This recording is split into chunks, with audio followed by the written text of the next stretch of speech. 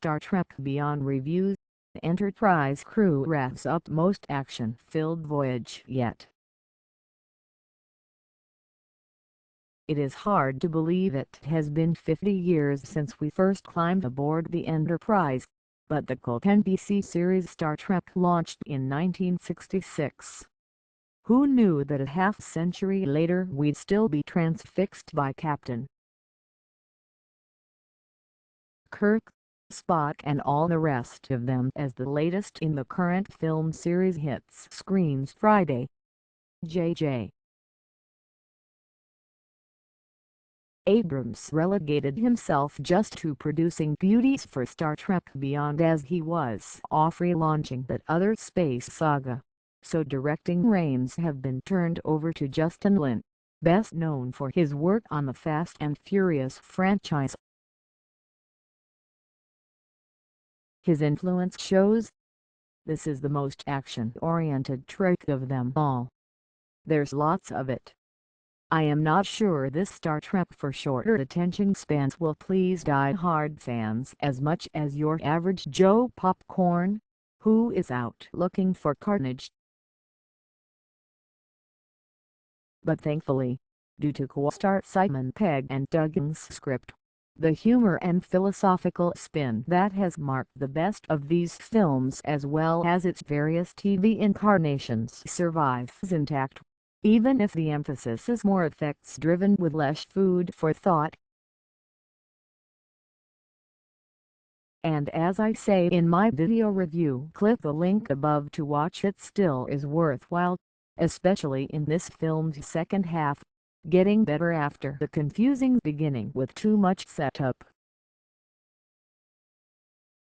There's also a great alien villain on board this time, the war-happy Krall played to the hilt by Idris Elba.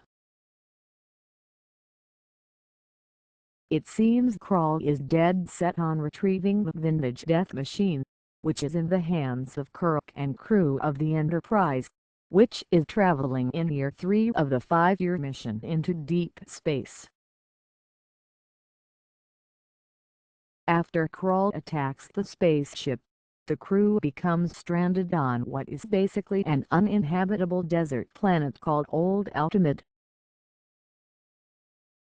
There they inadvertently are divided into various pairings, each having their own adventures while trying to figure out how to get back in business and back together as a team. Recent comment: sad comment. 9 people commenting Messiah to our seat is Star Trek, Kung Fu style. Everyone is a martial art master. Ha ha ha. Bite 70 to hoursI've never seen any comments saying that action and humor don't belong in Street. That's a straw man. 14 swap. Do you mean what fans think means nothing? You have no right to say that. There's also an existential crisis for Kirk Crispine, who seems locked in routine and laments the fact that he is getting older than his father lived to be, as well as some deep pondering by Spock Zachary Quinto, who has not yet told the captain but is planning to return to his Vulcan kind in a take charge kind of gig.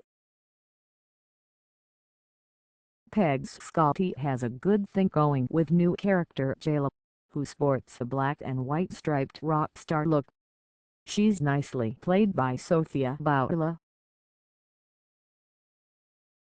Much of Kirk's scenes on the planet are with Chekhov, the late Anton Yelchin, and their easy and amusing camaraderie makes you lament the actor's untimely passing even more. The film is dedicated to not only Yelchin but also the original Spock, Leonard Nimoy, who died since the last installment of the Star Trek movie series. Of course there are welcome appearances by regulars Karl Urban, Bones, Zoe Saldana, and Jon Cho as Sulu, who is very subtly revealed as gay in a highly publicized aspect of this edition. George Takei, the original Sulu, has publicly objected to this development for the character he first played, even though he is openly gay himself. It's no big deal but seems a little contrived at this point.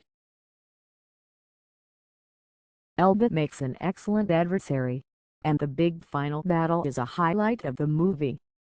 In addition to Abrams, producers are Roberto Orci, Lindsey Weber and Lin. They don't have to worry too much about maintaining the box office clout of the series.